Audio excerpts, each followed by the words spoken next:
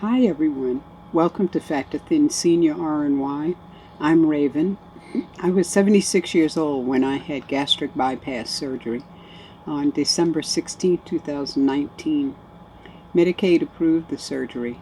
Last week I talked about comfort foods that I cook and the reverse psychology that I use on me to keep myself on track.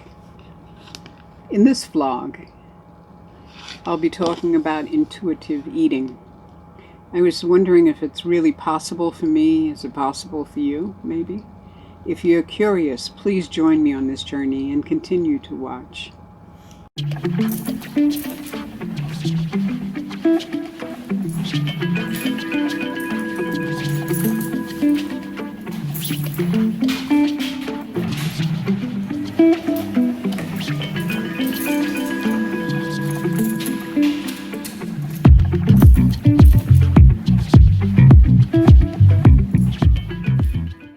Last week I talked about comfort foods that I cook and the reverse psychology that I use on myself to keep me from sabotaging myself, which I'm pretty good at. This week I'll be talking about intuitive eating. To quote from 𝑏enourished.org, an intuitive eater is defined as a person who makes food choices without experiencing guilt or an ethical dilemma, honors hunger, respects fullness, and enjoys pleasure of eating. I want to know if that's possible. I don't know if it's possible to eat without guilt or without ethical dilemmas, you know. I'm going to try it for a week, starting today. No, I can't start today because I already started recording everything, so it'll have to be tomorrow. Or maybe I should record it anyway, but then, you know, that defeats the purpose of... Anyhow, I'm going to try it for a week, starting tomorrow. That way I won't record anything and see how it goes, and when I weigh myself next Thursday. I have been eating when I'm hungry, and so I've been kind of sort of looking at myself and trying to decide, is it hunger? Is it stomach hunger or is it mouth hunger? I'm sure you know the difference, just like I do. But I've been eating pretty much when I'm hungry. I did sabotage myself in that I didn't prep anything and I didn't cook. You know, I usually cook one something per week and eat it for 3-4 days and then whatever, right? I didn't do that this week either. So what the sabotage was about was trying to make good choices on my own self-limiting menu, you know. It's amazing the stuff we do to ourselves. So as I say, I've been trying to identify if I'm hungry, you know, stomach hungry, or if it's mouth hunger, you know. And it seems to be most of the time it's mouth hunger. Because if it's stomach hunger, then I'll eat anything to satisfy that, you know, whether it's a cookie or an apple, you know. Actually, I don't eat apples because I don't eat apples. But if it's a grape, you know, if it's grapes or, you know, piece of bread or whatever, anything will satisfy that hunger if it's stomach hunger. If it's mouth hunger, I seem to be like fishing around in my head. Well, I've got this in the house and I've got that in the house and this is easy to make and that's, you know what I mean? So anyway, when I used to run, way back when, it was a lot of years ago, around 1984, that puts me at about 40, so that would be 30 some odd years ago. I used to pay attention to what I was eating when I used to run. I used to eat a lot slower than I do now. And I admired when I went to a restaurant or whatever, you know, and they brought out a plate. I would take time to look at how it was laid out on the plate and if it was pretty. And then I would smell it, you know, which is something I found that I didn't even realize I don't do it anymore until I wrote it in the notes here. I didn't count calories then either. I ate when I was hungry. I ate what I wanted. Didn't matter what it was. I mean, they were. So I remember when I was running once, I went out with a bunch of girlfriends, and we went to this dessert place. I think, now that I think about it, it was after we had already had dinner, which was hamburgers and fries. And I went there and I got this humongous shake and drank the whole thing. And I got up to go to the bathroom. And I went to the bathroom and I realized that one of the women who was at my table was also in there. And I also realized at that time that she was thinking that I was going to throw up, which I never did. You know, I didn't do that kind of a thing. My addiction was to running. So after that evening, I mean, we get home, it's 4 o'clock in the morning or whatever, I go out and I run 5 miles. But I could eat anything I wanted to. I had again. What I have found out about walking is that the walking gives me that kind of meditative state that runners, not a runner's high, but similar. It's very comforting, it's good. It's a meditative kind of thing for me. But anyway, so I ate at that time. I ate when I was hungry, I ate what I wanted. Sometimes I even forgot to eat, you know, which is amazing. And that was it, you know.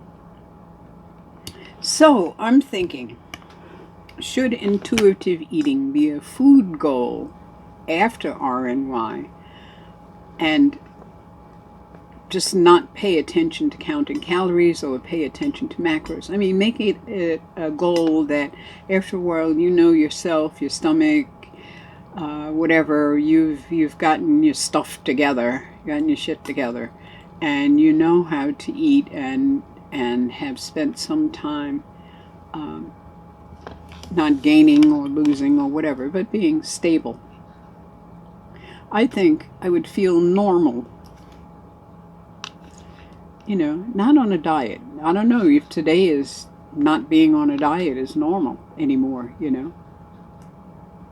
I didn't, when I was running, think of food. I wasn't constantly, in fact, I never thought of food. I mean, I had to cook, so, you know, I thought, oh, I got to do dinner tonight, that kind of thing, but not like I do now, you know, when I think of food, or when I did before I had the RNY, how much I used to think about food. Or should I just continue to measure and record things for the rest of my life?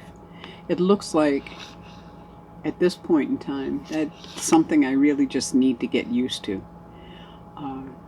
I don't know that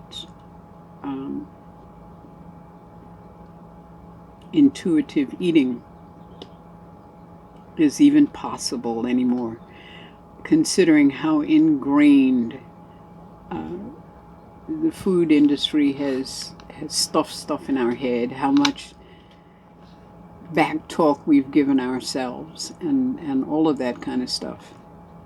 But I'm going to try it for a week and see what happens. I mean, I might gain weight, I might not. As a matter of fact, this week I lost 3.5 pounds. Now, I've already told you I didn't cook anything. It was, you know, ate when I was hungry and that was it. Last week I worked it. The week before I made sure, and you know, I wrote down everything, and I gained both of those weeks. But I do have to say, finally, I am below 170 pounds. I'm now 169.8. Wow. Wow. So, depending upon who you look at, my doctor's scale or my scale, I've lost anywhere between 55 and 60 pounds total so far. Not bad. Not bad at all. Even with the pain and the throwing up and the low potassium and the hospital visits and all of that, it was worth it. So, for my self-sabotaging checkup, I didn't cook or prep anything this last week, so I ended up with poor food choices. in that I was looking the whole time for something fast to eat instead of just finally just cooking something, you know. Some days, you know, the head just doesn't work with you. I had no cheat days, no over budget calorie days or anything like that. So I think my body finally caught up with what I was doing, and I'm dropping weight. I dropped weight again this week.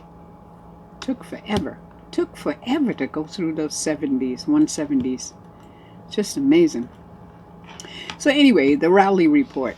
Rowley is doing okay this week, as usual.